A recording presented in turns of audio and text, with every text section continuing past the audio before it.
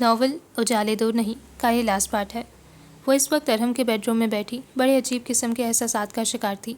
इस मुकाम पर कैसी बेबसी ने आन लपेटा था उसे कि वो दिल के हजार दफ़ा इनकार करने के बावजूद आज उसके लिए सच सवर कर बैठी थी, जिसने उसकी ज़िंदगी का लम्हा लम्हा अजीरन कर रखा था। पल पल कांटों पर गुजरा था उसका, हत्ता कि एक वक्त ऐसा भी आया था कि सांसें बोझ लगने लगी थीं। दिल में अजीब तरह के वसवसे सर उठा रहे थे। वो कौन सा ऐसा जज्बा था जिसके तहत आज वो अरहम की सेज सजाए बैठी थी? मामी जी की ममता भरी मजबूरी, मामू जान की बेबसी, रहीम भाई की इल्तिजा, लोगों के कार तार लहजे, सवाल करते निगाहें, या फिर दिल में कुंडली मारे बैठी नफरत। वो जान नहीं पाई कि कौन सा जज्बा ताकतवर था।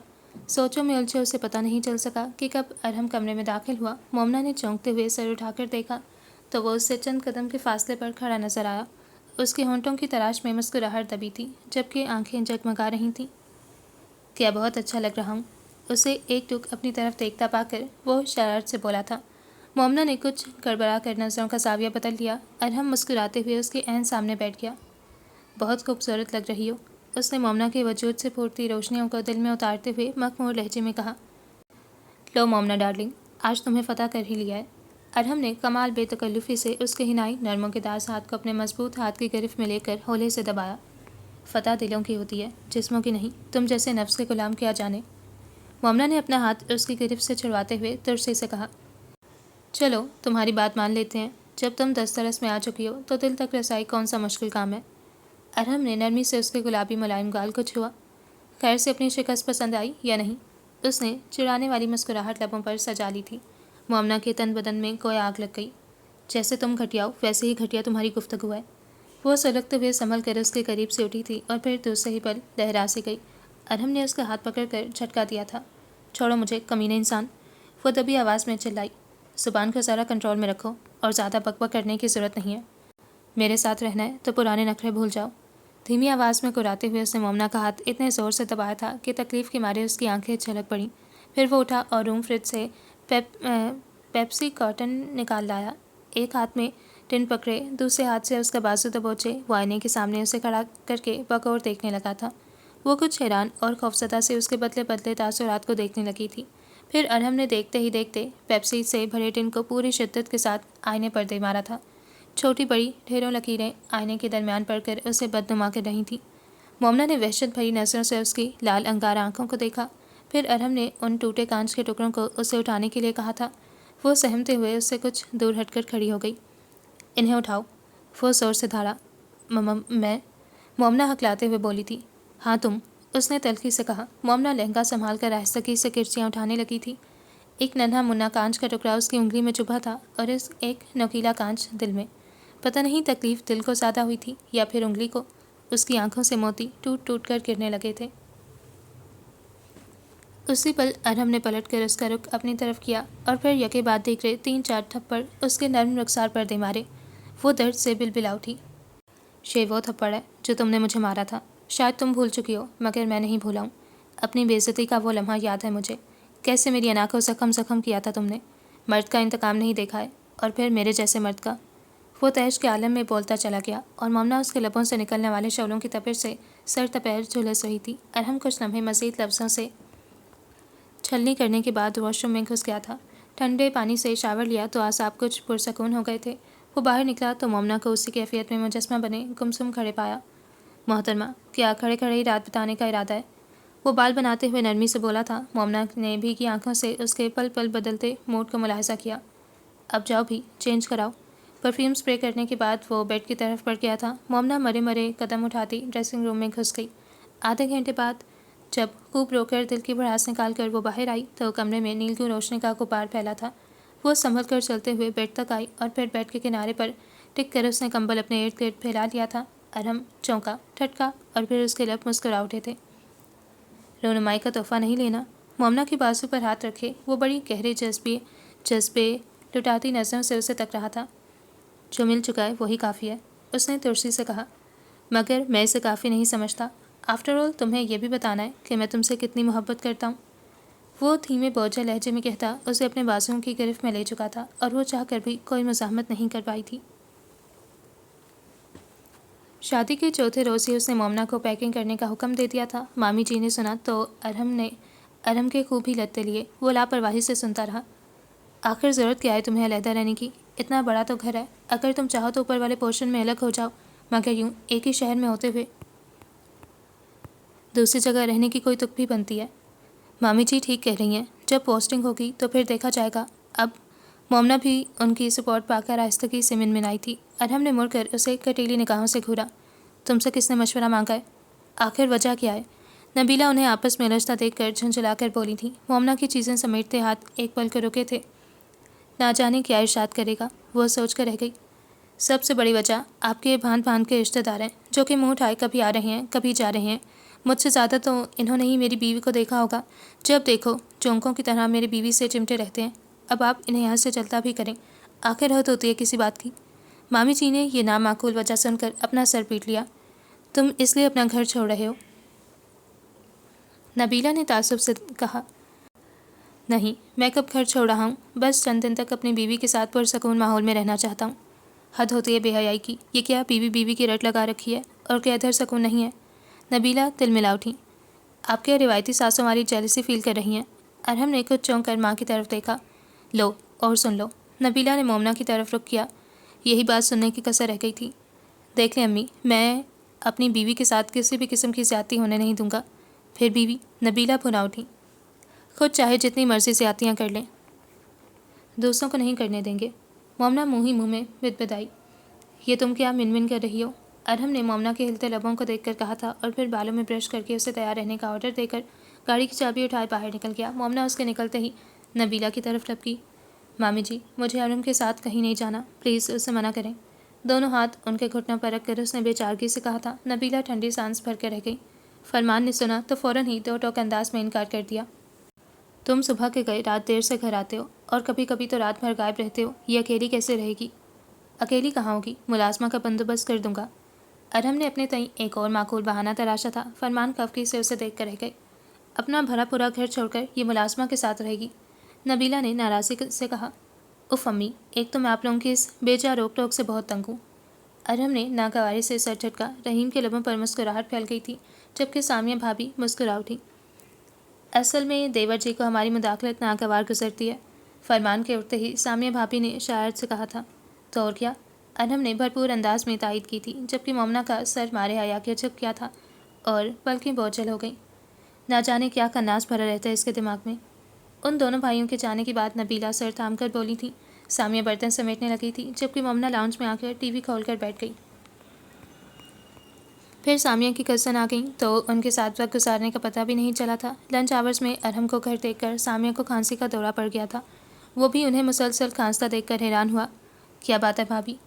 कुछ नहीं, बस तुम्हें खिलाफ मामूल घर में देखकर बेहद हैरत हो रही है, वो शरारत अमेज़ लहजे में बोली। अरहम कंधे उचकाता अपने बेडरूम की तरफ बढ़ गया। मोमना बेड पर नीम दराज कोई फैशन मैगजीन देख रही थी। उसे बेवक्त आता देखकर कमोबेश सामिया भाभी जैसे ही तासुरात मोमना के चेहरे पर उभरे थे। तुम इस वक्त? अरहम के माथे पर सलवटों का हाल नमूदार हुआ था। चेहरे पर गुस्से के आसार नजर आने लगे। ब्रीफकेस सोफे पर पटक कर उसने जूतों के तस्मे खोले। ये मेरा घर है, जब मर्जी आऊँ जाऊँ। तुम होती कौन हो हिसाब रखने वाली? वो तड़क कर बोला था। मोमना ने मैगजीन बंद करके साइड टेबल पर रखा। मैं कब कह रही हूँ कि ये तुम्हारा घर नहीं है? असल में पहले तुम इस वक्त कभी भी घर नहीं आते हो ना, इसीलिए। वो सफाई पेश करती जुस्बुस से हो गई। अच्छा, अब बातें ना बिगाड़ो, कुछ खाने को है तो ला दो। अरहम बाथरूम की तरफ बढ़ते हुए तहक्कुम से बोला था। मोमना बुड़बुड़ाती हुई नीचे चली आई। लंच टाइम में वो तीनों ख़वातीन ही हुआ करती थीं, इसलिए उन्होंने कभी अपने लिए एहतमाम नहीं किया था। हल्के फुल्के सैंडविचेस लिए जाते। मामू दोपहर को कुछ नहीं खाते थे सिवाय फलों के जूस के। रहीम भाई रात को घर आते थे और अरहम कभी होता कभी नहीं, इसीलिए ज़्यादातर एहतमाम डिनर पर ही किया जाता। कुछ परेशानी के आलम में उसने फ्रिज में झांका। आटे का बाउल निकाल कर 3 अदद फुलके बनाए, कबाब फ्राई किया, सैलड बनाया। रात के चावल पड़े थे, उन्हें माइक्रोवेव में गर्म किया। ट्रे में सादा सैलन सजाकर जब वो वापस आई तो अरहम लेटा मैगजीन देख रहा था। उसने खामोशी से ट्रे उसके सामने रखी। ये कबाब हैं। उसने टूटे हुए आज जले कबाब को उसके सामने लहराया। मोमना लब खींच कर रुख फेर गई। कितनी फूहड़ औरत हो तुम, कोई काम ढंग से नहीं कर सकती। और ये चावल कितने बदजायका और फीके हैं। कुकिंग का कोर्स अच्छा किया है कि कुछ बनाना नहीं आता। कभी मीठे कोफ्ते खिलाती हो, कभी तेज़ नमक वाला ट्राइफल। उठा लो ये सब। वो ट्रे परे धकेल कर उठ खड़ा हुआ और पाँव पटकता बाहर निकल गया। मोमना ने नकुवत से सर झटका। मैं क्यों पका पका कर तुम्हें ठुसाऊं? वो गुस्से से बुलंद आवाज़ में बोली थी और फिर बर्तन उठाकर बाहर निकलती चली गई। उस दिन मौसम बहुत खुशगवार था। आसमान सफ़ेद बादलों से ढका हुआ था। हल्की हल्की ठंडी हवा चल रही थी। अरहम ने उसे ऑफिस से फ़ोन किया था कि वो तैयार हो जाए, किसी दोस्त की तरफ जाना है।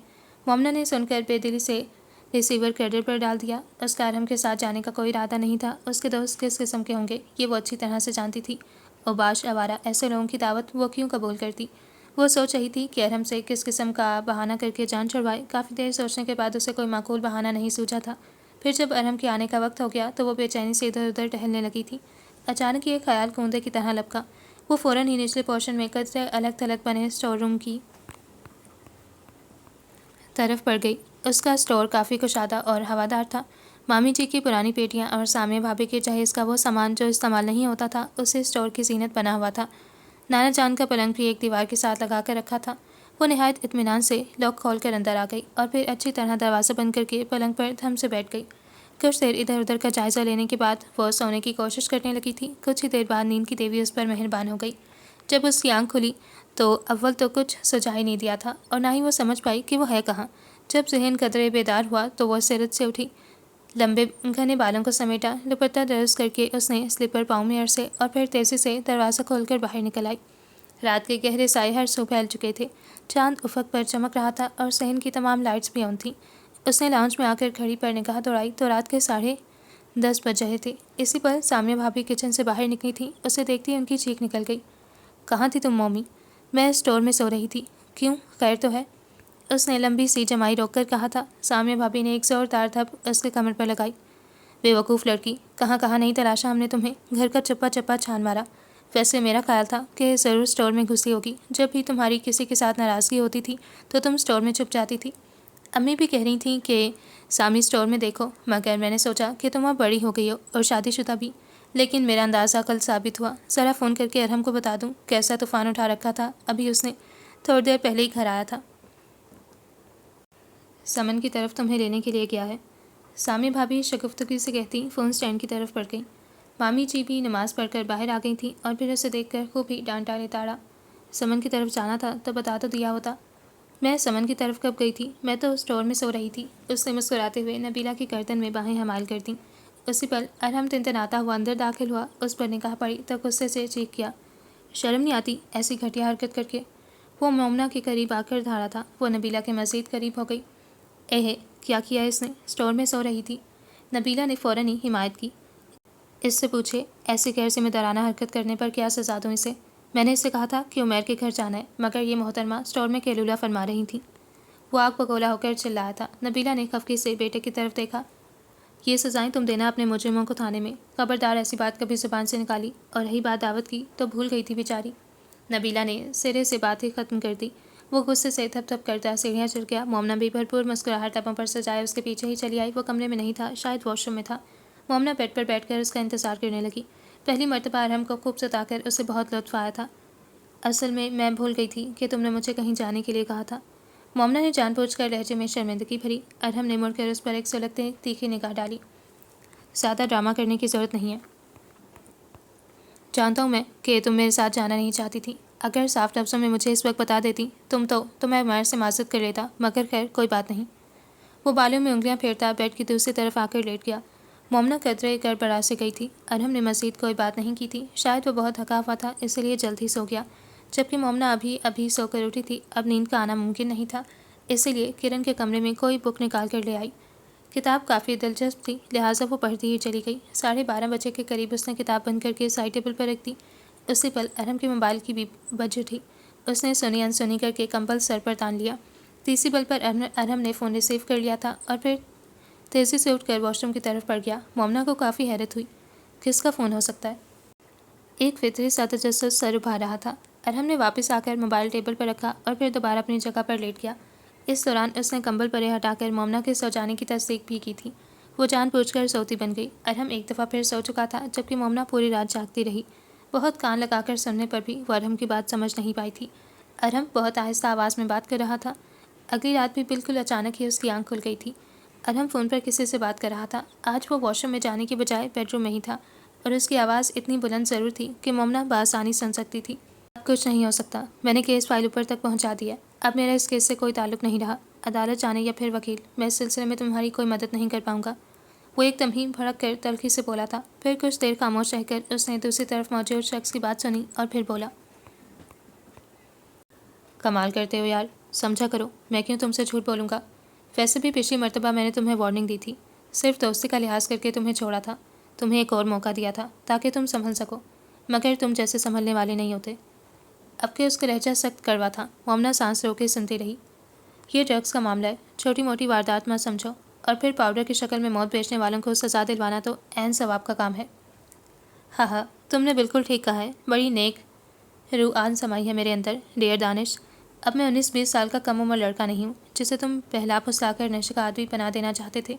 ये तो मेरे भाई की मेहरबानी थी जो वो मुझे तुम्हारे जंगल से ज़बरदस्ती छुड़वा लाए थे। ये धमकियाँ किसी और को देना, मैं तुम जैसों से निपटना खूब जानता हूँ। और हाँ, आइंदा यहाँ फ़ोन करने की ज़रूरत नहीं है, गंदे कित।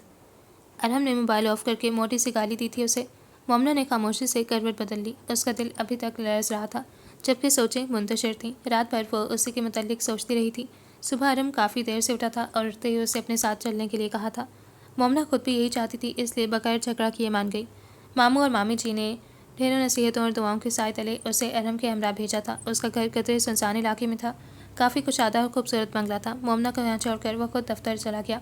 मोमना हैरान थी कि वो अपने हाय जिम्मेदारी के साथ ऑफिस जाता था। उसने कभी गैर ज़रूरी छुट्टी भी नहीं की थी। घर में एक अदद मुलाजमा के अलावा इस वक्त कोई नहीं था। मुलाजमा रानी काफ़ी बदूनी थी। उसी के बताने पर मोमना को पता चला था कि अरहम ने यह घर काफ़ी पहले का खरीदा हुआ है। अरहम जब भी घर से गायब होता था इसी बंगले में क़याम करता। साहिब के दोस्त यारी दर इकट्ठे होकर बहुत हल्ला गुल्ला करते थे। मैं और मेरा अब्बा काफ़ी अरसे से इधर मुलाजिम है। मोमना को भला उसके किस्सों से क्या दिलचस्पी हो सकती थी। वो बेदिली से सुनती रही। शाम को अरहम काफ़ी जल्दी आ गया था। खाना उन्होंने साथ ही खाया। खाना खाकर अरहम तो स्टडी रूम में चला गया था, जबकि मोमना अपने बेडरूम में आ गई। उस फ़ोन कॉल ने मोमना से इतना बड़ा फैसला करवाया था। दरअसल वो अरहम की पर छुपी शख्सियत के राज जानने के लिए बेताब हो रही थी। वो देखना चाहती थी कि अरहम कहाँ तक उस दलदल में फंसा है। ऐसी ही खुफिया कॉल्स बहुत पहले फरमान हाउस में ख़ुसूसन अरहम के लिए आती थी, मगर उस वक्त मोमना ने कभी ध्यान नहीं दिया था। ये दानिश नामी शख्स वही था जिसके ग्रुप में कभी अरहम शामिल रहा था। इतना तो वो जानती थी कि किसी भी गैंग के लोग फ़ोन पर हमेशा एक दूसरे पर कीचड़ उछालते हैं ताकि लोगों की नज़रों में धूल झोंक सके। उनकी तमाम मीटिंग्स खुफिया होती हैं। वो जितना सोचती जहन उतना ही उलझता। वो अरहम के मौजूदा रवैये पर नज़र करती तो उससे पहले के मुकाबले में अरहम काफ़ी बदला बदला सा महसूस होता था। अगरचे उसके धूप छाँव वाले रवैये के वो अभी आदी नहीं हो रही थी, क्योंकि कभी वो बादलों की तरह गरजने लगता था और कभी सावन की बारिश की तरह बरसता। कभी बहुत ही अच्छा ख्याल रखने वाला बन जाता और कभी बेहद बेहिस और कठोर। रात के 1:30 बजे जब अरहम आया तो उसे जागता पाकर काफ़ी हैरान हुआ था। तुम अभी तक सोई नहीं हो क्या? मेरा इंतज़ार कर रही थी? अरहम की गंभीर आवाज़ सुनकर वो चौंक उठी। इंतज़ार? और वो भी तुम्हारा? मोमना इस सजाई अंदाज में हंसी थी। अरहम की निगाहों में नागवारी दर आई थी। लबों पर मुस्कान गायब हुई। कितनी मर्तबा समझाया कि मुझसे इस लहजे में बात ना किया करो। मुझे तो इसी तरह बात करना आती है। जो शीरीं गुफ्तगू करती हैं तुम उन्हें ले आओ। ये ठीक है। वैसे तुम्हें कोई एतराज़ तो नहीं होगा? वो मुस्कुराया। मैं तो जान छूटने पर शुक्र अदा करूँगी, वो तल्खी से बोली थी। इतनी बेजार हो मुझसे? मोमना के करीब सहूलत से बैठते हुए उसके दराज बालों की लट खींचते हुए वो दिलकशी से बोला था। मोमना ने नाकावारी से उसके हाथ को झटका। अरहम ने नहायत इत्मीनान से उसे अपने बाजू के घेरे में ले लिया। वो शदीद खौफज़दा हो गई। बताओ ना, बहुत बुरा लगता हूँ मैं तुम्हें? इतनी नफरत करती हो मुझसे? वैसे मैंने भी तो तुम्हारे साथ कुछ अच्छा नहीं किया। पहले ज़बरदस्ती शादी की और अब ज़बरदस्ती मोहब्बत करवाऊँगा। उसकी गर्म सांसों की हिद्दत से मोमना के रुखसार तप उठे थे। वो झंझलाकर उससे दूर हटी। अरहम की गुर्बत हमेशा उसे वहशत ज़दा कर देती थी। कहाँ जा रही हो? मोमना को उठता देखकर उसका नरम लहजा करख्तगी में बदल गया था। अरहम ने एक झटके के साथ उसे अपने पास गिरा लिया। जहन्नुम में, वो चीखी थी। मुझे भी अपने साथ ले जाना, तुम्हारे बगैर तो जन्नत में भी क्या खाक मज़ा आएगा। अरहम अपने मखसूस मगरूराना लबो लहजे में बोलता। उसे इंतहाई जहर लगा था। जिसका तुम जैसा शोहर हो उसे तो जहन्नुम भी कबूल नहीं करेगी। मुझ जैसे से तुम्हारी क्या मुराद है? यानी कि खूबसूरत, स्मार्ट, ज़हीन वगैरह वगैरह। वो एक मरतबा फिर उसकी दस्तरस में थी और वह उस पर अपने प्यार की शिद्दतें लुटा रहा था। इंसानियत का कातिल, मुल्क का दुश्मन, मुआशरे का नासूर, मोमना ने गुस्से से कहा। ज़बरदस्त। वो उसे तात दिए जा रहा था, सराह रहा था, उसकी खूबसूरती की तारीफ़ कर रहा था। मोमना बेबसी के एहसास से उसके सीने में मुंह छुपाकर बेतहाशा रो दी। मोमना की आज सालगिरह थी और ये दिन वो कभी भी भूल नहीं सकता था। दफ्तरी काम अगले दिन पर डालकर वो जल्दी ऑफिस से उठ गया था। एक फ्लावर शॉप से खूबसूरत गुलाबों का बुके बनवाकर वो ज्वेलरी की शॉप पर आ गया, मगर काफ़ी देर इधर उधर घूमने के बाद उसकी निगाहों पर कोई चीज़ जच नहीं रही थी। उसी असना में उसकी निगाह रिमशा पर पड़ी थी। रिमशा ने भी उसे देख लिया था। वो एकदम ठटक कर रुकी थी। अरहम 1 मिनट भी ज़ाया किए बगैर रिमशा तक पहुंच गया। कहाँ गायब हो गई थी तुम? मैंने तुम्हें कहाँ कहाँ नहीं ढूंढा। दुबई चली गई थी मैं। तुम सुनाओ, कैसे हो? रिमशा ने बड़े इत्मीनान के साथ कहा था, जबकि अरहम के चेहरे पर इज़्तिराब के साए फैल गए। दुबई क्यों? और फिर वो कहाँ है? दानिश ने मुझे भेज दिया था। रिमशा उसी बेनियाजी से बोली। मगर क्यों? इतने सालों बाद दोबारा मिले हैं, आओ कहीं बैठकर बात करते हैं। रिमशा के कहने पर वो दिल में बढ़ती बेकरारी और बेचैनी पर काबू पाए फिसहट चला आया था। क्या कर रहे हो आजकल? वैसे तुम अब पहले जैसे नहीं रहे, बहुत बदल गए हो, रिमशा ने खोए खोए लहजे में कहा था। तुमने बताया नहीं कि दुबई क्यों चली गई थी। हम जैसे दूसरों के इशारों पर नाचते हैं, हमारी अपनी मर्जी कहाँ होती है। मैं अपनी माँ के इशारे पर चलती हूँ और मेरी माँ दानिश के। रिमशा की बेनियाजी का खोल चटक गया था। हॉर्न चबाते हुए उसने हैसियत से कहा। मैं खुद तुम्हारी तलाश में थी अरहम। मैंने तुम्हें कुछ बातें बताना थी। बहुत बोझ है मेरे दिल पर, ज़मीर पर। वेटर को मतलूबा अशिया का ऑर्डर देकर अरहम एक मरतबा फिर रिमशा की तरफ मतवज्जा हो गया था, जो कि इंतहाई दिलगीर लहजे में कह रही थी। तुमसे बिछड़ना कोई आसान थोड़ी था, मगर मैं भी क्या करती। मजबूरियों ने कदमों को संजीर कर रखा था। मगर एक बात जिसे तुम भी सुनने को बेताब हो रहे हो। वो चंद पल के लिए रुकी और आंख से टूटे मोती को उंगली की पोर से चुन लिया। मैंने तुम्हारी अमानत में बिल्कुल भी खयानत नहीं की। वो मेरे पास महफूज है, मगर अब मैं उसकी हिफाजत ज़्यादा देर नहीं कर सकूंगी, वो धीमी आवाज़ में कह रही थी। मोमना की आंख सुबह काफ़ी देर से खुली थी। अरहम ऑफिस जा चुका था। फ्रेश होने के बाद जब वो बाहर आई तो मुलाजमा ने उसे किसी की आमद के मुतल्लिक बताया था। मोमना दुपट्टा दर्ज करती ड्राइंग रूम में चली आई थी। सामने सोफे पर एक सूटेड बूटेड शख्स बैठा था। मोमना को आता देखकर खड़ा हो गया। उस शख्स की आंखों में हैरानी थी। फरमाइए, किससे मिलना है? मोमना ने संजीदगी से पूछा। मिलना तो अरहम से था, बहुत ज़रूरी काम है उससे, मगर पहले आप अपना तारुफ तो करवा दें। उसके चेहरे पर फैला वकार, आंखों में ठहरी संजीदगी और मजबूत तबो लहजे की वजह से मुकाबिल कदर मुतासिर हुआ था। इसीलिए लहजे में शाइस्तगी भरकर बोला, मैं अरहम की बीवी हूँ। मोमना ने बामुश्किल अपना तारुफ करवाया था। अब कि वो शख्स चौंक सा गया। ओहो, तो अरहम शादी कर चुका है और मुझे बताया ही नहीं। ऐसी भी क्या पर्दादारी। वो ज़ेरे लब बुड़बुड़ाया। अरहम इस वक्त दफ्तर में होता है, वहीं मुलाकात करें, मोमना जताते हुए बोली थी और फिर दरवाजे की तरफ बढ़ गई। सुनिए ज़रा, जब अरहम आए तो उसे बता दीजिएगा कि पुराने याद आए थे। मुझे दानिश खैजूर कहते हैं। और हाँ, उससे कहिएगा कि अपने आदमियों के साथ इतना बुरा सलूक नहीं करते। उसकी जो डिमांड होगी वो मैं पूरी करूँगा। मोमना ने चौंक कर उसे देखा। वो टेबल पर रखी चाबियाँ उठाकर बाहर निकलता चला गया। ओह, तो यह है दानिश खैजूर। मोमना का रुआं रुआं सुलग उठा था। वो सोफे पर सर थाम कर बैठ गई थी। उसी पल मुलाजमा चली आई। बेगम साहिबा, नाश्ता लगा दूँ? रहने दो, वो बेजारी से बोली। बात सुनो रानी, उसने बाहर निकलती रानी को आवाज़ देकर रोका। तुम इस शख्स को जानती हो? मेरा मतलब है कि ये पहले भी यहाँ आता है। उसने कुछ सोचते हुए रानी से इस्तफसार किया, लेकिन जिस तरह रानी के चेहरे का रंग बदला था और जिस तरह वो गड़बड़ा सी गई थी, मोमना का शक यकीन में बदल गया। मैंने क्या पूछा है? उसके सख्त लहजे में गुस्सा था। वो जी, असल में, मोमना के धमकाने पर वो लरज़ीदा आवाज़ में बताने लगी। मोमना पुरसोच नज़रों से उसे देखती रही, फिर रानी को जाने का कहकर अपने कमरे की तरफ बढ़ गई। शाम को मामी जी का फ़ोन आया था। वो उसे घर आने का कह रही थी। उसने कल तक आने की हामी भरकर फ़ोन रख दिया। उसी पल अरहम की गाड़ी का हॉर्न सुनाई दिया था। चंद लम्हों बाद वह उसके मुकाबिल था और गुस्सेले तेवरों के साथ उसे घूरे जा रहा था, जबकि मोमना भी भरी बैठी थी। उसके इस्तफसार पर वो भी फट पड़ी। मामी जी कहती थी कि तुम बुरे नहीं हो, बस नज़र आते हो। उन्हें क्या पता कि तुम कहाँ तक गंदगी में धंसे हुए हो, अपने प्रोफेशन के साथ इस हद तक बेईमानी। ओ मेरे अल्लाह, मामू जैसे मुहब्बुल वतन का बेटा इस हद तक गद्दार। मैं तुमसे पूछ रहा हूँ कि तुम दानिश के सामने क्यों गई? और ये रानी कहाँ मर गई है? वो मोमना की किसी भी बात पर ध्यान दिए बगैर अपनी बात बार बार दोहरा रहा था। उसके सामने ना जाती तो मुझे कैसे पता चलता कि तुम कौन से करतूत मुझसे छुपा रहे हो। कितने गिरे हुए शख्स हो तुम अरहम। मैं सोच भी नहीं सकती थी कि तुम दौलत की खातिर इस कदर अंधे हो जाओगे। बताओ ज़रा, इतनी दौलत जमा करके तुमने क्या करना है? इस पैसे का क्या फ़ायदा जो दोज़ख का ईंधन बनेगा? यह हराम तुम्हारी रगों में रच बस गया है। बस बहुत हो चुका, बंद करो अपनी बकवास। उसने कसपनाक होकर उसके मुंह पर थप्पड़ दे मारा। मेरे मामलात में तुम्हें दखल अंदाजी करने की ज़रूरत नहीं है। खबरदार जो आइंदा कभी तुमने किसी भी ऐसे शख्स से मिलने की जरूरत की, उसने धारते हुए कहा था। मोमना रोते हुए तेज़ी से अलमारी की तरफ बढ़ी। चादर और पर्स निकाल कर उसने अरहम की तरफ नफरत से देखा। सिर्फ और सिर्फ यही जानने के लिए तो मैं तुम्हारे साथ यहाँ आई थी कि तुम कितने नेक और पारसा हो। कहाँ जा रही हो? अरहम ने कुर्राकर कहा। अपने घर जा रही हूँ। वो भी बुलंद आवाज़ में चिल्लाई थी। अरहम ने गुस्से से उसकी तरफ देखा और फिर वॉशरूम की तरफ जाते जाते रुका। अगर तुम यहाँ से निकली तो मैं तुम्हारी टांगें तोड़ दूंगा। मोमना ने भीगी पलकों को पहुँचकर पर्स उठाया और अंदरूनी दरवाज़ा पुर करके पहुँच में आ गई। ड्राइवर के हमरा जब वो फरमान हाउस पहुँची तो रात के 9 बज रहे थे। मामी जी उसे यूँ टूटी बिखरी हालत में देखकर दहल गईं। मामी जी के करीब पहुँचने तक वो लहरा कर ज़मीन पर गिरती चली गई। आप दादी बनने वाली हैं। डॉक्टर मलिहा ने नबीला के करीब झुककर खुशखबरी सुनाई थी। वो जो बेदम सी सोफे पर बैठी अरहम को कोसे जा रही थी, एकदम ही चौंक गई और फिर उनके लब पर बड़ी शानदार किस्म की मुस्कुराहट उभर आई थी।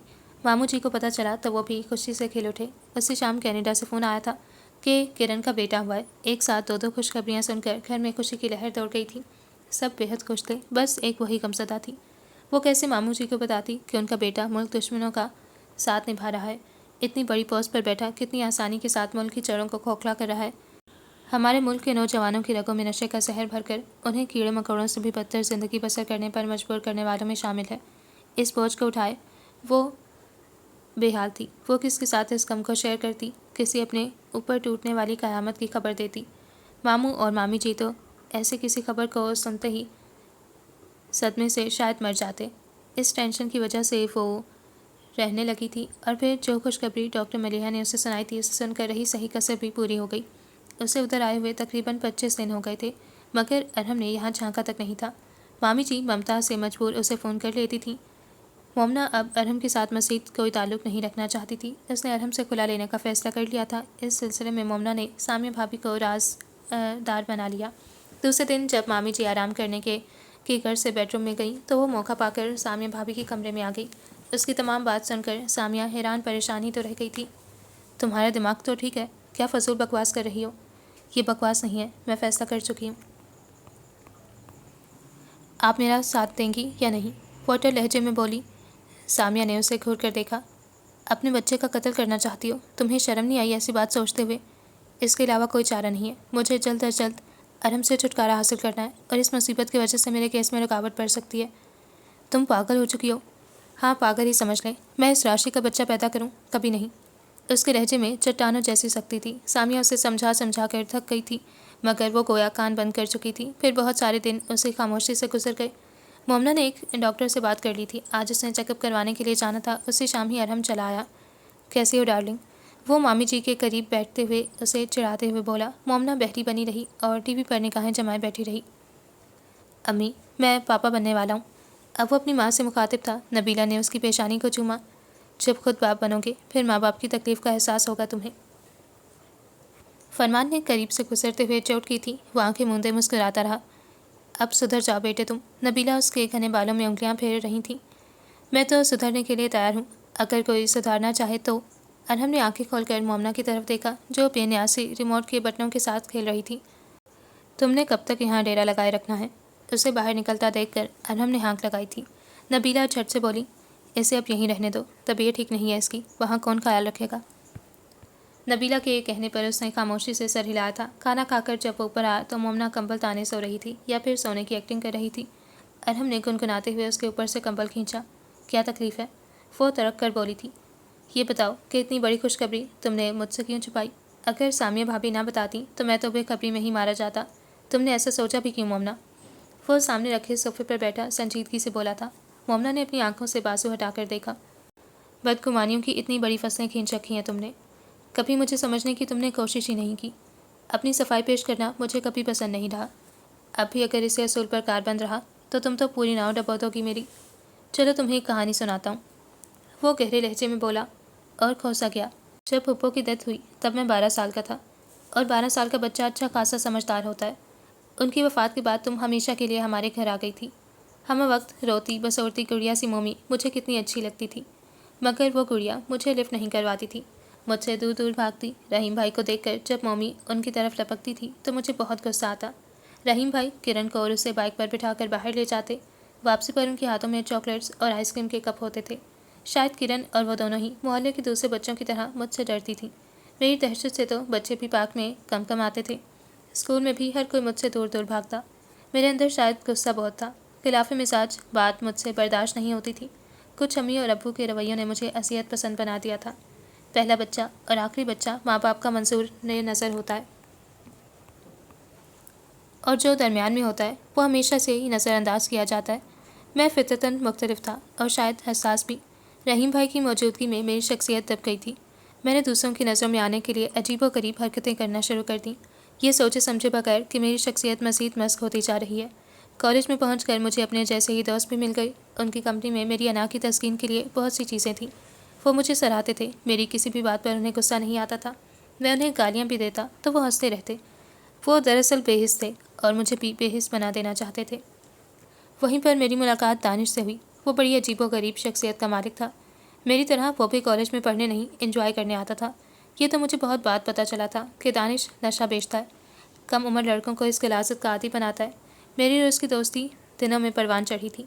उसके साथ मिलकर छोटी मोटी वारदातें करना, गाड़ियाँ लूटना या फिर किसी न किसी लड़की से छेड़छाड़ करना, मेरे लिए ये सब थ्रिल था। मुझे इल्म नहीं था कि ये एडवेंचर्स मेरे लिए कितने ख़तरनाक साबित होंगे। दानिश की बहुत सी लड़कियों के साथ दोस्ती थी। ये दोस्ती तमाम इखलाकी हदूद पार कर चुकी थी। उसने मेरी भी चंद एक लड़कियों से दोस्ती करवा दी। उनमें एक रिमशा थी। शुरू शुरू में वो मुझे अच्छी भी लगती थी। हमारी दोस्ती बहुत गहरी हो चुकी थी, जिसमें बड़ा हाथ दानिश का था। फिर एक दिन पुलिस का छापा पड़ा था। मैं और सुहेल, दानिश का वफादार मुलाजिम, पकड़े गए, जबकि दानिश भाग गया था। एक रात हवालात में रहकर मैं वापस आ गया था। उस रात मैंने दिल में अहद किया और यह अहद घर जाने तक कायम रहा। बाबा ने जब मुझे धुतकारा, मारा, पीटा और घर से निकाला तो मैं एक दफ़ा फिर दानिश के जंगल में आ गया। मेरी खुशकिस्मती थी कि रहीम भाई मुझे ले आए, लेकिन दानिश के साथ बहुत मजबूत था, इसीलिए तो। वो कहते कहते रुक गया था। कैसे अपनी अजीज़ जान बीवी के सामने अपने तारीक माजी के इंतहाई तकलीफ दे पहलू खोलता, मोमना को बेचैनी ने घेर लिया था। उसे लगा कि अरहम मुझसे कुछ छुपाना चाहता है। मुख्तसर ये कि मुझे बहुत देर बाद दानिश के इरादों का पता चला था। वो मुझे थोड़ी थोड़ी मिकदार में ड्रग्स दे रहा था। इस हद तक मुझे आदी कर देना चाहता था कि मैं एक दिन उसकी खातिर उसके लिए जान तक दे दूँ। इस दौरान मुझे एहसास हुआ कि मैं तुमसे मोहब्बत करने लगा हूँ। मैंने खुद को बहुत छुटलाया, समझाया, मगर तूफ़ान कुछ भी समझने को कासिर न रहा। सबके कटीले रवैये, तंज़िया बातें और तुम्हारी ढकी छुपी नफ़रत मुझे बहुत तकलीफ़ देती थी। मैं बाबा को कुछ दिखाना चाहता था, मगर मेरा माजी हर पल सामने आ खड़ा होता। इसीलिए मैं मज़ीद ज़िद्दी और सरकश होता चला गया। एक दिन मैंने CSS का इम्तिहान एजाज़ी तौर पर पास किया था। वो दिन भी खुशियों का पैगंबर बनकर आया था। बाबा को तंज करने का एक और मौका मिल गया था। कभी कभी जी चाहता कि सब कुछ छोड़ छाड़ कर कहीं दूर निकल जाऊं, मगर मेरा मिशन मुझे कोई भी कदम उठाने से रोकता था। दानिश के हाथ मज़ीद लंबे हो गए। उसने अपनी जड़ें दूर दूर तक फैला ली थी और मुझे उन जड़ों का आहिस्ता आहिस्ता काटना था। अल्लाह ने मुझे सुरखरू करना था, इसीलिए कल दानिश का किस्सा तमाम करने के बाद आज खुद किसी काबिल समझ रहा हूँ। आज जब माजी के बारे में सोचता हूँ तो अपने बुरेपन पर मुझे शर्मिंदगी महसूस होती है। बाबा मुझ जैसे बिगड़े सपूत से तुम्हारी शादी नहीं करना चाहते थे। मैं भी उन्हें इस हद तक जिद कर देना चाहता था कि वो खुद तंग होकर तुम्हें मेरा बना देते। अगरचा मेरी मोहब्बत तो कामयाब हो गई, मगर इन तमाम घटिया हरकतों को सोचकर मुझे बेहद परेशानी होती है। मेरी तुम्हारे साथ शादी करवाने में ज़्यादा हाथ मेरी प्यारी बहन किरण का है। जब मैं एक्सीडेंट की वजह से अस्पताल में हड्डियाँ तुड़वाए पड़ा था, मेरी बहन ने फ़ौरन मुझे मुतला किया कि तुम किसी और की होने जा रही हो। अगर मैं कुछ कर सकता था तो कर लूँ। इस वक्त मुझे किरण पर टूट कर प्यार आया था। मैं जो सबके साथ साथ किरण से भी मुतनफ़र था कि वो मुझसे ज़्यादा रहीम भाई से प्यार करती है। मेरा यह ख्याल गलत साबित हुआ। रहीम भाई, अम्मी, बाबा सब मुझे चाहते थे, बस उनकी मोहब्बतों के अंदाज़ मुख्तलिफ थे। बाबा मुझसे मोहब्बत करते थे, इसलिए वो मुझे बिगड़ने से बचाना चाहते थे, मगर मैं कम फहम समझ ही ना सका। मोमना हैरान से उसकी तमाम बातों को सुन रही थी। खैर छोड़ो इस बात को, तुम मुझे बताओ कि मेरे बच्चे को क्यों मारना चाहती हो। अगर आज सामिया भाभी फ़ोन करके मुझे तुम्हारे जज्बाती फ़ैसले के मुतालिक ना बताती तो मेरे और तुम्हारे दरमियान शायद फासले बढ़ जाते। वो खामोश हुआ तो मोमना बेचैन होकर बोल उठी, अगर तुम पहले दिन ही तमाम हकीकत से आगाह कर देते तो मामू, मामी और हम सब यूँ परेशान तो ना होते। मुझ जैसे रिश्वतखोर झूठे शख्स की बात पर यकीन किसे आता। मोमना शर्मिंदा सी सर झुका गई थी। अरहम ने उठकर खिड़कियों के पर्दे हटा दिए थे। पूरे चांद की रात थी, सितारे खूब चमक रहे थे। ठंडी पूर्णम हवा उसके चेहरे से टकराई। मेरा मासी मेरे लिए बायसे शर्मिंदगी है। मैंने ना सिर्फ अम्मी बाबा बल्कि तुम्हें भी बहुत तंग किया है। हो सके तो मुझे माफ़ कर दो। वो धीमे पुरस्सर लहजे में कह रहा था। मोमना ने आहिस्तगी से बैकग्राउंड से टेक लगा ली।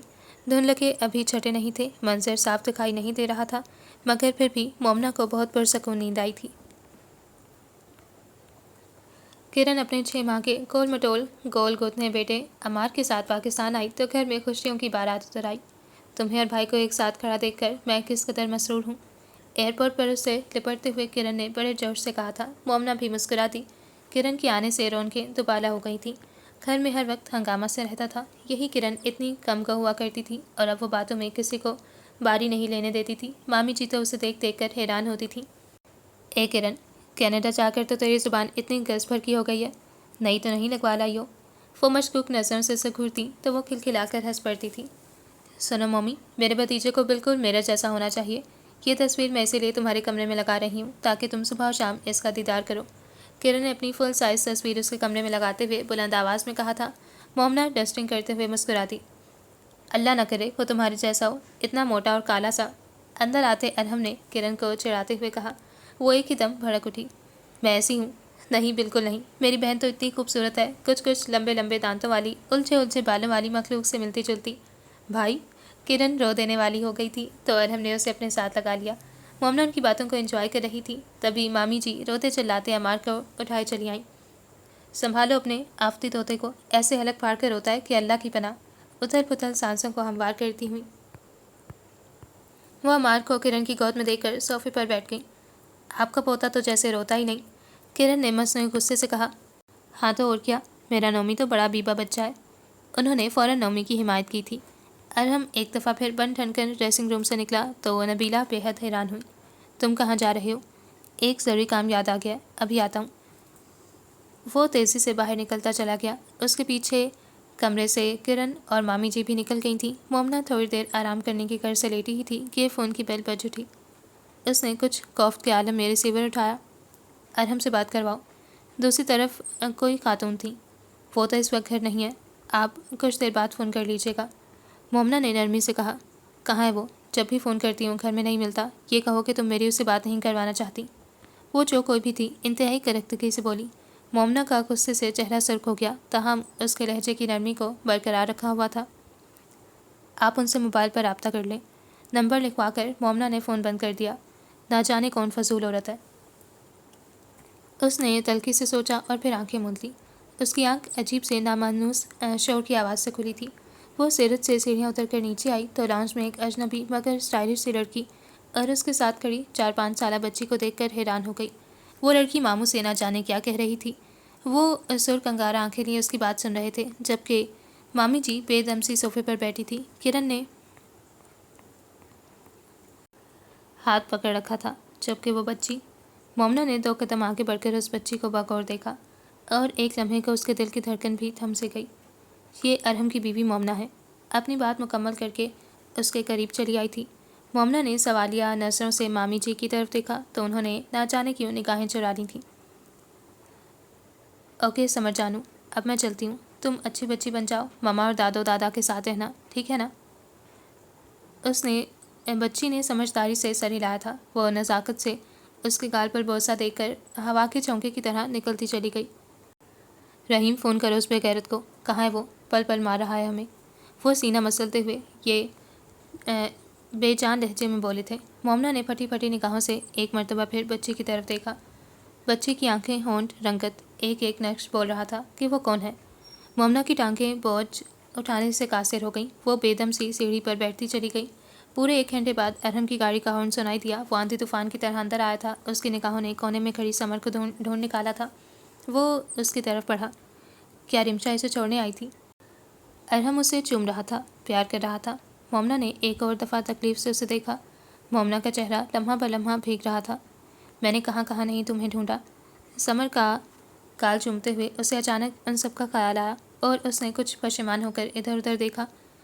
आखिरी में सर झुकाए बैठी मोमना को देखकर उसके दिल को कुछ हुआ। बताओ अरहम, तुम्हारे किस किस गुनाह की पर्दापोशी करें हम? क्यों लम्हा लम्हा हमें जलील कर रहे हो? मोमना ने मामू जी की भीगी आवाज़ सुनी। उसका दिल अथाह गहराइयों में डूब रहा था। मैं कह रही हूँ अरहम, केस यहाँ से ले जाओ, वरना। मामी जी ने चीख कर कहा। ये मेरी बेटी है और ये इधर ही रहेगी। मोमना ने अरहम को कहते सुना। उसके दिल में गोया तीर पेविस्त हो गया। नाजायज़ बेटी, नबीला हकारत से बोली। नहीं अम्मी, अल्लाह के लिए मेरी बेटी को ये गाली मत दें, मैंने रिमशा से निकाह किया था, उसने तड़प कर कहा। उन सबके सरों पर गोया आसमान आन गिरा था।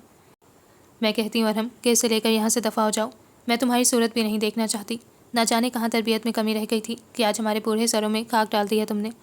नबीला बेतहाशा रोते हुए उसे को सही थी।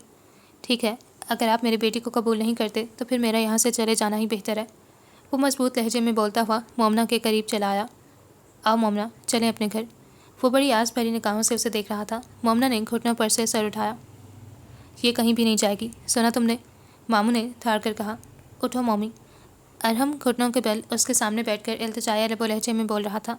वो फिरौनियत तो तकब्बुर भरा अंदाज मफकूद था। तुम्हें धक्के देकर निकालूं यहाँ से, फरमान चिल्लाए। तो फिर तुम नहीं चलोगी मेरे साथ? कभी नहीं। उसके लबों ने बेआवाज़ जुम्बिश की थी। वो उठा और थके थके कदमों से चलता हुआ बाहर निकल गया। तुम रमशा से शादी कर लो, दानिश तीसरा बैग उसकी तरफ बढ़ाते हुए राजदारी से बोला। रमशा से? वो सुर्ख आंखों को दबाते हुए लड़खड़ाती आवाज़ में कहकर सोफे पर ही दराज हो गया। हाँ रमशा से, वो तुम्हें बहुत चाहती है और फिर इस वक्त तुम्हें इस एक घर की ज़रूरत है। वालदाइन तुम्हारे तो हैं ही बेहिस, उन्हें तुम्हारी ख्वाहिशात से क्या गर्ज। मुझे ही तुम्हारा ख्याल रखना पड़ेगा और इससे बेहतर है कि तुम शादी कर लो, ठीक है ना? दानिश होंठों पर शैतानी मुस्कान सजा कर बोला। हाँ ठीक है रमशा, बहुत अच्छी है। वो बामुश्किल बोल रहा था। तो फिर सुबह ये नेक फरीज़ा सर अंजाम देंगे। दानिश चहक उठा था। फिर जब अरहम की आंखें नींद से बंद हो गईं तो दानिश ने मुस्कुराते हुए रमशा का नंबर मिलाया। वो तुमसे शादी के लिए तैयार है। क्या तुम सच कह रहे हो? रमशा बेयकीनी से चिल्लाई। हाँ बिल्कुल सच। क्या तुम आ जाना मेरे फ्लैट पर। दानिश ने तमाम प्रोग्राम बाला ही बाला तय कर लिए थे। दरअसल वो एक तीर से दो शिकार करना चाहता था। तुम्हें अपना वादा याद है ना? हाँ याद है। रमशा मसरूर, बेहद मसरूर थी।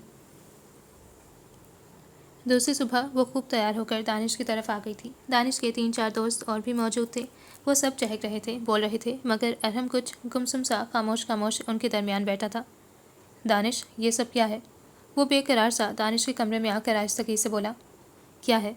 दानिश उल्टा इधर उधर देखकर खुद को लापरवाह जाहिर करना चाह रहा था। मैं और रमशा से शादी? वो उलझ रहा था और दानिश जैसे चालबाज बंदे को दूसरों की उलझनें दूर करने में कमाल हासिल था। आधे घंटे बाद वो अरहम की ब्रेन वॉशिंग करने के बाद उसे निकाह के लिए रजामंद कर चुका था। यूँ उसने 20 साल की उम्र में रमशा जैसी तवाइफ से शादी कर ली। शादी के बाद वो दोनों एक और फ्लैट में शिफ्ट हो गए थे। शादी के तीसरे महीने दानिश ने रमशा को दुबई भिजवा दिया। अरहम को पता चला तो वो बुनाता हुआ दानिश के फ्लैट में आया। खूब गरजने बरसने के बाद वो एक मरतबा फिर दानिश की चकनी चपड़ी बातों में आ गया था। यार मेरा धंधा तो ऐसा ही है, और फिर अपने ही साथ देते हैं ऐसे कामों में। रमशा को भेजना मेरी मजबूरी था और उसकी ख्वाहिश पूरी करना भी। दरअसल दानिश ने रमशा से डील कर रखी थी और इसी डील के तहत वो दुबई सफ़ेद पाउडर की पैकेट यानी हीरोइन बेचने के लिए गई थी। रमशा दानिश के उस हसीन दोस्त पर फिदा हो चुकी थी और अरहम के साथ साथ बदले में वो दानिश की हर जायज़ बात बखुशी मानती थी। रमशा के आने के सिर्फ 1.5 महीने बाद दानिश ने अरहम को मजबूर करना शुरू कर दिया था कि वो रमशा को तलाक दे दे। फिर वो रमशा पर कीचड़ उछालता रहा। उसकी मासी के तमाम और आँख खोलकर दानिश ने अरहम को उससे मुतनफ़र कर दिया था। अरहम ने जब दानिश के मजबूर करने पर रमशा को तलाक दी तो वो हामला थी। रमशा ने उसे कुछ नहीं कहा था कि दानिश ने उसे जान से मारने की धमकी दी थी और ये कहा था कि अरहम को बच्चे के मुतालिक बताने की ज़रूरत नहीं है। फिर वह अचानक मंजर से गायब हो गई थी, सिर्फ और सिर्फ अपना बच्चा बचाने के लिए। 6 साल बाद वो अरहम की अमानत से उसे लौटाने के लिए आ गई थी। वो भी अब शादी कर चुकी थी और उसका शौहर समर को रखने पर तैयार नहीं था। और उधर कानम, उसकी माँ, झपटने के लिए तैयार थी। हीरा मंडी में ना जाने उसकी फूल सी बच्ची की खानम क्या कीमत लगाती। समर को उसके बाप के हवाले करके वो मुतमईन हो चुकी थी। अपनी बेटी के हमरा जब वो फरमान हाउस से निकला तो दिल बेख्तियार रो दिया था। वो आज ज़िंदगी की सबसे बड़ी बाजी हार गया था। वो कितनी ही देर बेमकसद सड़कों पर गाड़ी दौड़ाता रहा। समर पिछली सीट पर सो चुकी थी। थक हार कर उसने स्टीयरिंग पर सर पटक दिया। अभी 1 हफ्ता पहले रमशा ने उसे फ़ोन किया था। अरहम, अगर अपनी बेटी को बचाना चाहते हो तो बचा लो, वरना मेरी माँ का तुम्हें पता ही है, वह समर को हर सूरत ढूंढ निकालेगी। अभी तक तो मैंने उसे अपनी माँ से छुपा रखा है, मगर कब तक? अगर चाहते हो कि तुम्हारी बेटी महफूज रहे तो उसे अपने पास रख लो। पापा। समर किसमिसाकर उठ बैठी। उसने कनपट्टियाँ दबाते हुए मुड़कर देखा और फिर गाड़ी स्टार्ट कर दी। घर आकर उसने समर को रानी के हवाले किया और खुद स्टडी रूम की तरफ बढ़ गया। सुबह तक उसकी हालत बेहद ख़राब हो चुकी थी। जब वो उठा तो सर बेहद बोझल था। रानी उससे नाश्ते का पूछने आई तो उसने रानी को झिड़क दिया। कुछ देर बाद समर छोटे छोटे कदम उठाती आ गई थी। अरहम के चेहरे पर फीकी सी मुस्कुराहट फैल गई। पापा, मम्मा नहीं आई? वो इधर उधर देखती मासूमियत से बोली। मम्मा रात को रो क्यों नहीं थी और हमारे साथ भी नहीं आई? समर ने अपना मुन्ना सा हाथ उसके गाल पर रखकर अफसरदगी से कहा। अरहम कुछ हैरान हुआ। पापा, मम्मा क्या खफा हैं? रमशा आंटी बोल रही थी कि समर कि मम्मा खफा है उससे। पापा, मैंने तो कुछ भी नहीं किया, मगर फिर भी मम्मा खफा है। समर की आंखों में आंसू चमकने लगे। मम्मा ने मुझे प्यार भी नहीं किया, वह असरदगी से बोली। उसी पल अरहम का पर्सनल सेल बजने लगा। फ़ोन सुनकर वो फ़ौरन ड्रेसिंग रूम की तरफ बढ़ गया। यूनिफॉर्म पहनकर जब वो बाहर आया तो समर मोमना और उसकी शादी वाले रोज़ खींची गई तस्वीर को देख रही थी। पापा, मम्मा कितनी प्यारी लग रही हैं। समर जानू, ऐसा है कि मैं एक ज़रूरी काम से जा रहा हूँ, आप रानी के पास रहना, मैं रात को देर से आऊँगा। अरहम जल्दी जल्दी बोल रहा था। समर ने समझदारी से सर हिला दिया। उसके जाने के बाद समर रानी के पास आ गई। रानी ने कार्टून लगा दिए थे। समर कुछ देर तो देखती रही, फिर बेजार होकर उठ बैठी। सोना रानी, तुम्हें मम्मा के घर का पता है? रिमोट को हाथ में लहराते हुए उसने टीवी में गुम रानी को मुखातिब किया। हैं जी, भला मुझे क्या पता? रानी टीवी पर निगाहें जमाए जमाए बोली। फ़ोन नंबर का तो पता होगा तुम्हें, मेरी बात करवा देना। समर ने कुछ झुंझुलाकर कहा।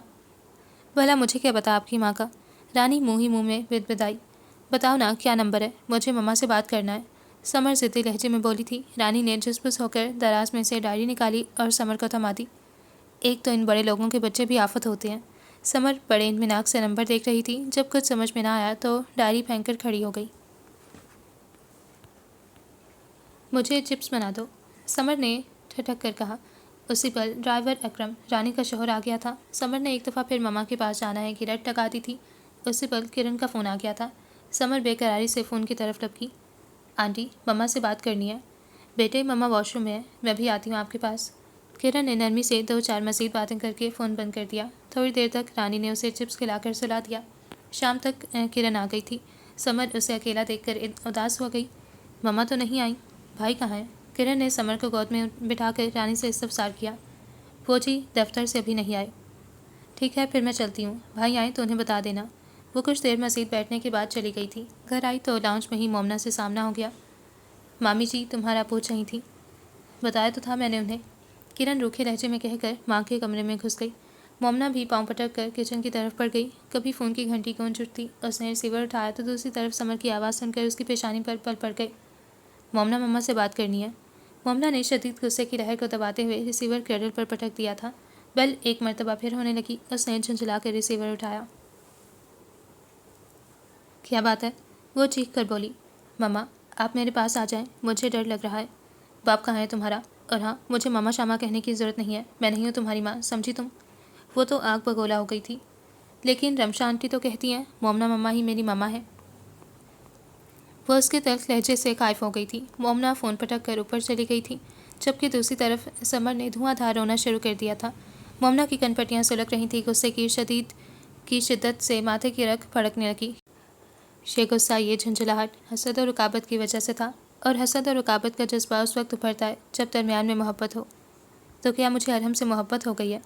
वो हैरान सी सेरे लब पर बुराई, रमशा और समर का सुनकर जलना, कुलसना, उनसे नफरत का इजहार करना। मोमना ने दिल को टटोला तो जवाब हाँ में पाकर वो शश्ता रह गई थी। ये तमाम रात उसने जागते गुजार दी थी। न जाने कौन सा पहर था जब दरवाज़ा जोरदार आवाज़ में धड़ धड़ आया था। मोमना मुंदी मुंदी आंखें खोलकर दरवाजे तक आई। सामने रहीम भाई खड़े थे। वो घबरा उठी।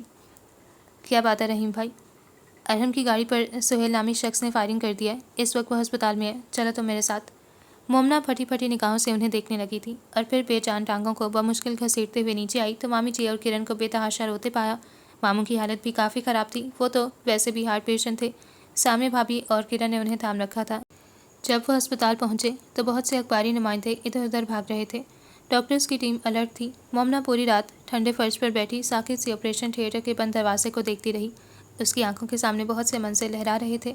किरण की गोद में दुबकी समर को गैर इरादी तौर पर अपनी तरफ खींचकर सीने में भींचते हुए वो बेआवाज़ रोती थी। रहीम भाई बता रहे थे कि सुहेल दानिश का वफादार मुलाजिम था। न जाने कैसे बच बचाकर सुहेल कराची भाग गया था। यकीनन अपने मालिक का बदला लेने के लिए वो लाहौर गया था, मगर इस दफ़ा मौत के खतरनाक शिकंजे से बच न पाया। 42 घंटों के सब्र आजमा इंतज़ार के बाद अरहम को होश आया था। ढेरों के हिसाब से सदका खैरात और खाना पकवा कर यतीम खाने भिजवाया गया। मामी जी तो अरहम के 1000 मरतबा कहने पर भी अस्पताल से घर नहीं गई थी। 1.5 माह बाद उसे डिस्चार्ज किया गया था। इस दौरान कई मरतबा उनका सामना हुआ था। अरहम हर दफ़ा ही उसे देखकर आंखें मूंद लेता। उस दिन भी जब वो अरहम के लिए फ्रेश जूस लेकर आई थी तो अरहम ने पीने से इनकार कर दिया। मोमना उसकी बेरुखी पर बेख्तियार रो पड़ी थी। वो सबसे हंसता बोलता सिवाय उसके। क्यों कर रहे हैं आप मेरे साथ इस तरह? आपके फ्रॉड पर नाराज़ मुझे होना चाहिए था और खफा आप हो गए हैं। अरहम उसके आप जनाब कहने पर चौंक उठा। ना इतने एहतराम से बुलाओ मुझे, ख्वामखा हार्ट अटैक हो जाएगा। और ये फ्रॉड वाली क्या बात हुई? मैं तो खुद मौके की तलाश में था, तुम्हें एतमाद में लेकर सब कुछ बता देना चाहता था, मगर उसने बेहद संजीदगी से कहा। अरहम प्लीज़ जाओ तुम, अब मैं सोना चाहता हूँ। वो रुखाई से बोला। मोमना लब खींचते हुए उठी और टेरिस पर आकर एसी चेयर पर बैठते हुए फूट फूट कर रो दी। ममा आप इधर हैं और मैं आपको नीचे ढूंढ रही थी। समर ने अपना नरम हाथ उसके कंधे पर रखकर कतरे झुक कर कहा। मोमना ने चेहरा साफ करके उसे गोद में बिठा लिया। उसी पल फुटबॉल से खेलता नौमी भी आ गया। समर तुम्हें चाचू बुला रहे हैं। आए ममा चलें। समर उछलती हुई उठी थी, फिर उसका हाथ पकड़कर खींचने लगी। आप जाओ बेटा, मैं भी आती हूँ। उसने नरमी से कहकर समर को भेजा और फिर आसमान की वसतों में ना जाने क्या खोजने लगी। चंद दिन पहले रमशा की कॉल आई थी। वो गैर इरादी तौर पर रमशा के मुतालिक सोचने लगी थी। मैंने समर को ये नहीं बताया कि मैं उसकी माँ हूँ। हमारे यहाँ माँ बनना गाली समझा जाता है। मैं समर की आंटी हूँ और जानती हूँ मोमना कि समर की माँ कौन है। उसकी माँ तुम हो। मैंने समर को बताया कि मोमना ही उसकी माँ है। अरहम की बीवी कोई भी होती, उससे समर की माँ बनना था। मेरी समर ने पल पल लम्हा लम्हा माँ के होते हुए माँ का इंतज़ार किया है। समर को आगोश में ले लो मोमना, इसे मेरी इल्तिजा समझ लो। उस वक्त तो मोमना ने तनफ़ुर से फ़ोन बंद कर दिया, मगर जिस रात अरहम अस्पताल में था उस रात समर जिस तरह बेकरारी से उसकी तरफ लपकी थी और बेतहाशा रोई थी, इस पल मोमना को अपना दिल मोम की तरह पिघलता हुआ महसूस हुआ था और वो बेयकीनी से उसके दुपट्टे का पल्लू थाम कर कह रही थी, मम्मा मुझे छोड़कर मत जाना। ना जाने कितनी देर वो सोचों में उलझती रही। सामिया भाभी की आवाज़ सुनकर वो तेज़ी से नीचे चली आई थी। मामी जी नौमी और समर को अपने दाएं बाएं बिठाकर खाना खिला रही थीं, जबकि मामू की गोद में समर की गुड़िया थी, जिसे कंबल में लपेट रखा था और वो बार बार मुड़कर अपनी गुड़िया को देख रही थी। दादा अबू गुड़िया को फीडर दें, ये रो रही है। कहाँ रो रही है? आवाज़ तो नहीं आई। नौमी ने हैरानी से कहा। समर ने कुछ खफकी से नौमी की तरफ देखा और एक दफ़ा फिर उन्हें नया हुक्म दिया। दादा अबू गुड़िया को अब सुला दें, उसे नींद आ रही है। सो रही है बेटा, देखो तो उसकी आंखें बंद है। मामू ने बुलंद आवाज़ में उसे यकीन दहानी करवाई थी। वो कुछ मुतमईन होकर खाना खाने लगी। मोमना मुस्कुराते हुए किचन में चली आई। सामिया भाभी ने अरहम का खाना ट्रे में सजा दिया था। वो ट्रे उठाकर समर को साथ लिए ऊपर आ गई। अरहम कोई किताब पढ़ रहा था। उसे देखकर उसने किताब बंद करके साइड टेबल पर रख दी। देखो तो टाइम क्या हो रहा है, सोना नहीं है तुमने? अरहम ने खफकी से समर की तरफ देखा। वो सिरत से बेड पर चढ़ गई। मोमना ने अरहम की तरफ ट्रे बढ़ा दी थी। फिर जब समर के लिए दूध का ग्लास लेकर आई तब वो बाप से उलझ रही थी। उधर मम्मा सोएंगी, इधर मैं और इधर गुड़िया, तो फिर पापा कहाँ सोएंगे? समर हाथ के इशारे से उसे बताते हुए परेशानी से बोली, पापा का बिस्तर स्टडी रूम में लगा देंगे। मोमना ने शायर से कहा। अरहम बेनियाजी से खाना खाने में मसरूफ़ था। वो खाना खा चुका तो मोमना उसके लिए चाय बना लाई। चाय देखकर उसने मुंह बना लिया। मुझे नहीं पीनी चाय वाय। दूध तो आप पीते नहीं हैं, चाय में थोड़ी सी पत्ती डाली है मैंने। मोमना ने मग उसके हाथ में थमाया तो उसने बामुश्किल ही 2-3 सिप लिए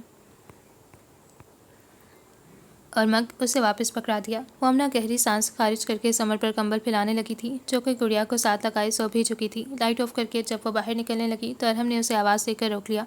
वो बगैर कुछ कहे पलट आई। इन नवाज़िशात की वजह पूछ सकता हूँ? मुझ गरीब पर क्यों एहसानात की बौछार की जा रही है? मैं कोई एहसान नहीं कर रही, ये मेरा फ़र्ज़ है। वो उसके तंज को नज़रअंदाज करके आहिस्तगी से बोली थी। बड़ी जल्दी फ़राइज़ याद आ गए हैं। आप जो भी कह लें। मोमना ने बात समेटी। वैसे भी बहस का कोई फ़ायदा नहीं था। वो उठने लगी तो अरहम ने उसका हाथ पकड़ कर रोक लिया। मुझे तुमसे बात करनी है, बैठो इधर। वो मुस्कुराते हुए बोलने लगा। अगर मुझे खबर होती कि ये 2-4 गोलियां लगने के बाद मेरी वैल्यू इतनी बढ़ जाएगी तो ये काम कुछ अर्सा पहले ही करवा लेता। मोमना ने बेहद नाराज़गी के आलम में उसके चेहरे की तरफ देखा। वो भी यकीनन तन से कर रहा था। मोमना तब उठी। सोचा था कि अब तो आप ज़रूर सुधर जाएंगे। मैंने भी यही सोचा था कि इतना कुछ होने के बाद तुम भी कह दोगी कि अरहम मुझे तुमसे मोहब्बत है, मगर अरहम ने बड़ी बेचारगी से कहा, आपने जो बात करनी है करें, मुझे जाकर नमाज अदा करनी है।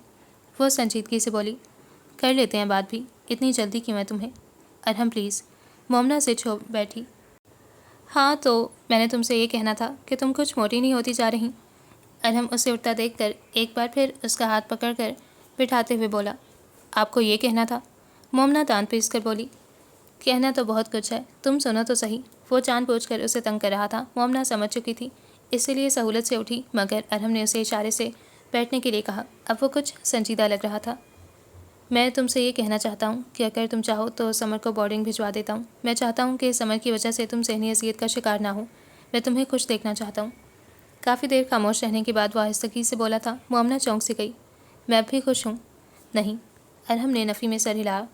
मैं जानता हूँ कि समर की मौजूदगी तुम्हारे लिए बाइस तकलीफ़ है। आप कल सोच रहे हैं, जो मेरे आज़ाब हैं वो मैं ही भुगतूँगा। तुम क्यों इन तकालीफ़ का शिकार हो? मेरी सज़ा यही है कि मैं तुमसे दूर हूँ। वो कर्ब से बोला था। मोमना की पलकें नम हो गई। मेरी खुशी इसी में है कि समर अपने वालिदैन के पास है। आप ज़्यादा डायलॉग्स मत झाड़ें। मोमना ने मोहब्बत से उसके हाथ पर अपना हाथ रखा और अरहम तो चौंक कर उसके चेहरे पर लिखी सच्चाई को पढ़ने लगा। तुम सच कह रही हो? हाँ बिल्कुल, वो मजबूत लबो लहजे में बोली थी। असल में मम्मी, मैं ये नहीं चाहता कि जब हमारा बच्चा हो और तुम्हारी तवज्जो का मरकज़ बस वही बन जाए। इस तरह समर नज़रअंदाज होगी। मैं नहीं चाहता कि समर मेरी जैसी महरूमियों का शिकार हो। मैं अपने बच्चों में तफरीक करके उन्हें दोहरी शख्सियत का मालिक नहीं बनाऊंगा कि वो खुद को उजागर करने के लिए किसी गलत रास्ते का इंतखाब कर लें। उसके लहजे में मरहूमियों के कांच चटक रहे थे। ऐसा कभी नहीं होगा अरहम। मैं इन दोनों में कोई फ़र्क नहीं रखूँगी। समर की हैसियत और अहमियत अपनी जगह होगी। आप ऐसा सोचिएगा भी नहीं। उसने यकीन भरी मुस्कुराहट लबों पर सजाई तो अरहम भी आसूदगी से मुस्कुरा दिया। वैसे हमारा वली अहद आएगा कब? कौन? वो अपने ही ध्यान में थी, चौंक कर बोली, हमारा बेटा। वो मोमना के चेहरे पर फैलती शफक को देखकर मुस्कुराया तो मोमना उसे उसके हाथ से अपना हाथ छुड़वाकर तेज़ी से उठी। वो उसे पुकारता ही रह गया। टांग पर प्लास्टर चढ़ा है, उठ नहीं सकता मैं, अच्छी मजबूरी है, चलो खैर कभी तो हाथ आओगी ना। वो उसे धमका रहा था। मोमना मुस्कुराते हुए वज़ू करने चलती। उस पर सजदा शुक्र वाजिब हो गया था और वो क्यों ना उस रहीम करीम रब का शुक्र अदा करती जिसने एक मरतबा फिर उसे अरहम लौटा दिया था। अरहम ने भी आसूदगी से आंखें मूंदी। अंधेरे छट गए थे। दूधिया रोशनी चार सू फैल गई थी। ख़त्म शुद।